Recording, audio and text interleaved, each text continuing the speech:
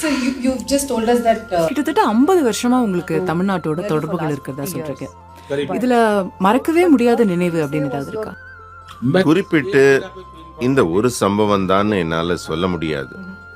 ஆனா என்ன ரொம்ப டச் பண்ண ஒரு விஷயத்த நான் சொல்லணும்னு நினைக்கிறேன். நாங்க கன்னியாகுமரியிலேருந்து ஒரு தடவை கேரளாக்கு போயிட்டு திரும்ப தமிழ்நாட்டுக்கு வந்தோம்.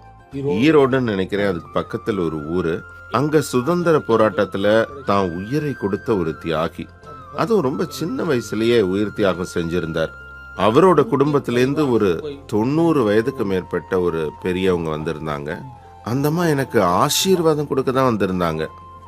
அந்த தியாகியோட சமாதிக்கு நாங்க போய் மரியாதை செஞ்சோம், மலர் அஞ்சலி செலுத்தினோம். அப்ப அந்த அம்மா காட்டின ஒரு உணர்ச்சி இருக்கே, அவங்க அந்த தியாகிக்கு என்ன உறவுன்னா எனக்கு ஞாபகம் இல்லை. நீங்க திருப்பூர் குமரனை சொல்றீங்களா?